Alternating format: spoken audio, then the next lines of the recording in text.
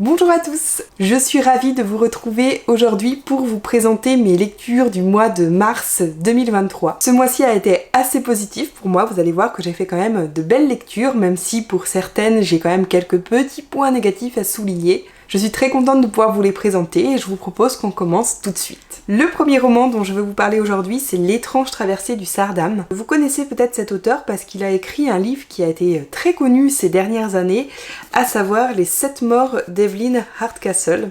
Alors je n'ai pas encore lu ce roman, donc comme je vous le disais, il a été très plébiscité ces dernières années. C'est apparemment un très bon roman, une enquête policière qui est très novatrice sur sa forme. Alors je ne l'ai pas encore lu, j'ai commencé par son second roman, L'étrange traversée du Sardam. Pour vous expliquer un petit peu l'histoire, ça se passe en 1634 et c'est l'histoire d'une traversée dans un navire de commerce qui ne va pas se passer exactement comme elle aurait dû se passer, puisque très vite on va se rendre compte qu'il y a des éléments un petit peu surnaturels et peut-être même la présence d'un démon au sein du navire. Il va y avoir des événements inexpliqués et qui semblent un petit peu magiques. C'est un roman de fantastique avec une irruption de phénomènes étranges dans le réel. C'est aussi un roman un petit peu historique, donc ça va parler un petit peu de la Compagnie des Indes, de la navigation à cette époque, même si l'auteur a bien précisé, notamment en fin de roman, que tout n'était pas 100% véridique, qu'il avait pris des libertés avec l'histoire. J'ai trouvé que c'était un roman qui globalement tenait en haleine, les chapitres sont assez courts, donc ça va, ça passe bien. J'ai trouvé également que les personnages étaient très soignés. Alors, il y a beaucoup de personnages et au début, j'ai eu beaucoup de mal à me rappeler de qui était qui. Mais petit à petit, l'auteur a vraiment pris le soin de nous présenter en profondeur chaque personnage. Du coup, on arrive petit à petit à mieux se repérer. Voilà, donc globalement, ça a vraiment été une bonne lecture. Maintenant, il y a quelques points quand même qui m'ont un petit peu dérangée. Le premier, c'est que c'est un livre qui est vraiment très dense, donc on se rend pas forcément compte parce que c'est un livre en format poche, mais j'ai mis beaucoup de temps à le lire parce qu'il y a plus de 500 pages, et voilà, c'est très dense, il faut quand même prendre son temps pour le lire, il faut savoir qu'il se passe beaucoup de choses, et du coup, j'ai trouvé que c'était quand même un peu trop long. En particulier, le dernier quart du livre, j'ai trouvé que ça s'éternisait un petit peu, et au bout d'un moment, j'en ai un petit peu eu marre quand même, hein, il faut bien le dire. Et c'est ce qui m'a un petit peu déçue dans ce livre, c'est que j'ai trouvé que le rythme s'essoufflait un petit peu et que c'était dommage parce que l'histoire était vraiment chouette. Et du coup, quand on arrive au dénouement, ça a été tellement long que finalement, on s'est rendu compte par nous-mêmes globalement de ce qui se passait. Donc très vite, on se fait une petite idée, je trouve, sur la réalité. Donc on n'est pas trop surpris, même s'il y a quand même d'autres éléments qui nous surprennent. Mais globalement, j'ai trouvé qu'on arrivait à se faire une idée de ce qui s'était passé trop vite, ou alors parce que le roman est trop long, et du coup, il y a un petit problème quelque part, et j'ai eu beaucoup de mal à finir le livre parce que j'en avais un petit peu marre, j'avais envie de savoir ce qui s'était passé, et puis voilà. Mais globalement, voilà, je suis quand même très satisfaite de cette lecture, et surtout, je suis très impatiente de lire Les 7 morts d'Evelyn Hardcastle, parce qu'apparemment, celui-ci est quand même un petit peu en dessous de celui-ci, d'après ce que j'ai lu des critiques. Donc, je suis très très curieuse de lire celui-ci maintenant. Alors, une autre lecture dont je vous ai déjà parlé en fait ce mois-ci dans mon vlog, c'est La doublure de Melissa d'Acosta. Alors ce roman, je sais qu'il est très apprécié, j'ai vraiment lu d'excellentes critiques sur ce roman, et je comprends pourquoi, parce que moi-même je l'ai beaucoup apprécié, mais j'ai un avis quand même très mitigé sur ce roman, et je vais vous expliquer pourquoi. Pour commencer par les points positifs, déjà c'est un roman qui tient en haleine du début à la fin. J'ai adoré, j'ai vraiment eu aucun mal à le lire, j'étais contente de le retrouver parce que j'avais vraiment envie de savoir où l'autrice allait nous mener. En fait, c'est l'histoire d'une jeune fille dans le sud de la France qui va être embauchée par un couple pour être la doublure de la femme de ce couple qui est peintre. Et l'idée en fait c'est qu'elle représente un peu cette peintre dans tous les événements un petit peu mondains où l'artiste n'a pas du tout envie d'aller. Et du coup, ce que j'ai bien aimé aussi, c'est que l'autrice va nous parler un petit peu du monde de l'art, donc j'ai trouvé ça très original. J'ai beaucoup aimé aussi que ça se passe dans le sud de la France, j'ai trouvé que ça donnait un cadre très plaisant. J'ai beaucoup aimé aussi le fait que en fait la peintre est très influencée par le romantisme noir. Donc je ne connaissais pas du tout ce courant, donc j'en ai appris pas mal et c'était très instructif. Une autre chose que j'ai beaucoup appréciée aussi, c'est que Melissa d'Acosta propose ici un roman qui est très loin même, je dirais, de ses romans habituels. D'après ce que j'ai pu comprendre, parce que j'ai pas lu d'autres livres de cette autrice, elle écrit d'habitude plutôt des romans feel good. Et dans ce roman-là, on n'est pas du tout dans un roman feel good, on est au contraire dans un roman assez noir, assez sombre, assez dur à lire. Et voilà, j'ai beaucoup aimé qu'elle ne soit pas là où on l'attend, c'est quelque chose, c'est une prise de risque quelque part que j'ai bien apprécié. Maintenant, on va arriver au point un peu plus négatif, ou en tout cas au point que je voulais souligner. Le premier, c'est pas forcément un point négatif, mais c'est plutôt un avertissement. Il évoque des sujets difficiles, et notamment, il évoque le sujet de la drogue. Je préfère vous le dire, même si, bon, c'est pas vraiment un spoil parce qu'on le sait très vite, mais voilà, la drogue est présente dans ce roman, c'est un thème qui est abordé longuement. Et je tenais à vous le dire parce que je trouve que ce n'est pas du tout, on ne peut pas le savoir en fait. En lisant le résumé, on ne peut pas le savoir, en voyant la couverture non plus, et en se pensant à d'autres livres de Melissa d'Acosta, on ne peut pas du tout imaginer que c'est ce sujet qui va être abordé dans ce livre. Après, c'est pas du tout un point qui m'a déçu, mais c'est un point d'avertissement quand même que je voulais souligner. Le point qui m'a déçu, c'est que j'ai trouvé que le personnage principal, donc la jeune fille qui est embauchée pour faire office de doublure, j'ai trouvé que ce personnage manquait un petit peu de réalisme et manquait un petit peu... on avait du mal... Enfin, je trouve qu'on a du mal à s'identifier parce qu'on ne comprend pas du tout ses décisions, on ne comprend pas... sa naïveté en fait. J'ai trouvé qu'elle était naïve à un point qui en était vraiment trop.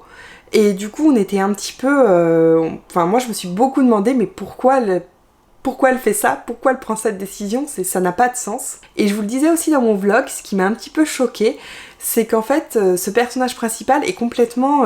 je trouve isolée de son époque, c'est-à-dire qu'on a l'impression qu'elle n'a pas d'amis, qu'elle ne connaît personne, qu'elle n'a pas de réseaux sociaux par exemple, tout bêtement, enfin c'est bizarre, je pense que c'est voulu par l'autrice parce que elle veut rester un petit peu mystérieuse sur le passé de son personnage principal, mais en même temps je trouve que ça a manqué un petit peu de crédibilité et que du coup c'est peut-être pour ça aussi qu'on n'arrive pas à s'identifier, qu'on ne comprend pas le personnage. Comme je vous le disais, j'ai quand même beaucoup apprécié ma lecture, j'ai pris beaucoup de plaisir à lire ce roman. Donc je pense que c'est un bon roman, pour lecteurs avertis, et voilà, il y a 2-3 petites choses qui m'ont dérangée, mais globalement ça m'a quand même donné envie de lire d'autres livres de cette autrice, donc voilà, ça reste positif. Un autre roman bien connu de ces derniers mois, c'est Numéro 2 de David Foëtkinos. Alors cet auteur, je sais que beaucoup d'entre vous l'apprécient parce que souvent vous m'en parlez en commentaire. Alors j'ai beaucoup aimé l'histoire de ce roman parce qu'en fait ça va raconter l'histoire du garçon qui aurait pu interpréter Harry Potter au cinéma, mais qui a été classé numéro 2. Donc qui n'a pas été pris puisque c'est Daniel Radcliffe qui a été sélectionné et pour ainsi dire ça va réellement créer un traumatisme dans sa vie et à tel point que par exemple il ne pourra plus entendre parler de Harry Potter sans avoir des crises d'angoisse monumentales. Donc vous voyez, le sujet est assez original et moi ça m'a beaucoup plu déjà parce que j'ai trouvé que ça rappelait un petit peu comment le succès de Harry Potter était monté un petit peu et je trouve ça super intéressant. J'ai bien aimé cette lecture, j'ai trouvé que c'était fluide, que ça se lisait bien. J'ai trouvé que le héros était assez touchant dans son histoire et puis que c'était intéressant en fait de parler de l'échec parce que souvent on parle des success stories, etc. Et là ça va être un peu le contraire, la montée et puis la redescente mais qui n'en finit pas en fait. Ce que je pourrais reprocher peut-être à ce roman dans une moindre mesure, c'est que certains passages sont quand même assez survolés. Je vous disais que c'était un livre qui se lisait facilement et qui se lit peut-être un peu trop facilement. Et peut-être oui voilà que certaines fois c'est peut-être un peu trop rapide je trouve. Mais bon, globalement ça m'a pas dérangé parce que finalement ça fait une lecture assez sympa, assez voilà, qui fait un petit peu réfléchir sur l'échec et j'ai bien aimé. Voilà, sans plus, mais j'ai bien aimé. Alors là je suis trop contente parce que je vais pouvoir vous parler de mon coup de cœur absolu du mois de mars. Il s'agit d'une BD album roman graphique de Camille Jourdi qui s'appelle Les Vermeils. Camille Jourdi, je l'ai découverte grâce à Nadia de la chaîne Madame rêve encore de livres. Petite parenthèse, si vous ne connaissez pas Nadia, il faut absolument que vous alliez voir sa chaîne parce que clairement pour moi c'est ma référence sur Booktube. S'il y a une personne dont je suis les avis les yeux fermés, c'est Nadia. Donc voilà, allez absolument voir ses vidéos, elles sont incroyables. Et donc Nadia avait parlé de Camille Jourdi en parlant de sa BD qui s'appelle Juliette. Malheureusement cette BD n'est pas disponible dans ma bibliothèque. Donc j'ai emprunté un des seuls qui était disponible, qui était Les Vermeils. C'est l'histoire d'une petite fille qui part, d'une petite fille qui part en camping avec sa famille, donc sa sœur et ses parents. Et il se trouve qu'en arrivant à ce pique-nique, elle est un petit peu énervée, pas très bien, parce que son père est parti avec sa belle-mère. Donc ses parents sont divorcés et voilà, elle est pas très contente et elle part dans les bois. Et là, dans les bois, elle rencontre deux petits lutins qui vont l'emmener, qu'elle va suivre d'office un petit peu, et qui vont l'emmener dans un pays un petit peu merveilleux où il y a un roi, une reine, et certains de leurs amis ont été emprisonnés, donc ils vont aller essayer de les sauver, etc. Donc ça part sur une histoire un petit peu merveilleuse. Donc déjà, c'est hyper drôle, c'est très fin en fait, les dialogues sont très soigné, très touchant, j'ai adoré. À côté de ça, l'histoire est vraiment pleine de péripéties, il se passe plein de choses, c'est très prenant, c'est très dense aussi, comme je vous le disais, c'est quand même... il y a beaucoup de pages, donc je sais pas si les enfants vont jusqu'au bout, mais en tout cas, pour les adultes, c'est passionnant. Et puis, les dessins sont très jolis, donc c'est fait à l'aquarelle, et les dessins sont très arrondis, sur des tons un petit peu clairs, on va dire. Et c'est très très plaisant à regarder et à lire, c'est très doux en fait, je dirais. Et voilà, c'est une histoire qui m'a beaucoup touchée, que j'ai trouvée pleine de finesse, c'est adorable et en même temps c'est triste, c'est drôle à la fois, ça évoque tout plein de choses et vraiment... Gros coup de cœur, je vous recommande très chaudement Les Vermeils et moi je vais m'empresser de lire d'autres livres de Camille Jourdi parce que voilà, vraiment une révélation. Et enfin je vais finir avec un roman de science-fiction, dystopie, polar, enfin voilà, un roman un petit peu hybride mais qui m'a beaucoup plu. Il s'agit de Chien 51 de Laurent Godet. Laurent Godet, je ne sais pas si vous le connaissez, moi je ne le connaissais pas. Il a été prix Goncourt en 2004.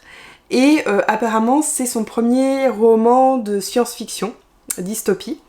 Donc c'est pareil que Melissa d'Acosta, c'est intéressant de le voir sur un autre genre sur lequel on ne l'attend pas. Ça se passe dans notre monde dans lequel la Grèce a fait faillite et a été rachetée par une multinationale qui a racheté d'ailleurs plein d'autres pays. Et on va suivre en fait un policier qui est un ancien citoyen grec et qui donc est parti vivre dans une sorte de mégalopole. Cette mégalopole est divisée en 3 lieux. Le premier c'est pour les privilégiés, le deuxième pour la classe moyenne et le troisième où vit le policier, c'est là où sont les gens les plus pauvres, les classes populaires en fait. Donc c'est quelque chose d'assez classique dans les romans de dystopie. Et en fait on va suivre cet ancien policier qui va être amené à enquêter sur un meurtre qui a eu lieu dans une zone un petit peu abandonnée où un corps va être retrouvé. Alors je vous disais que j'ai beaucoup aimé ce roman. Déjà j'ai trouvé qu'il était très prenant, donc l'enquête est bien menée, il y a beaucoup de suspense et l'auteur parvient réellement à nous tenir en haleine du début à la fin. Voilà, le dénouement est très bien et globalement c'est vraiment une enquête de très bonne qualité. Et à côté de ça j'ai trouvé que le côté dystopie était vraiment très intéressant et assez original.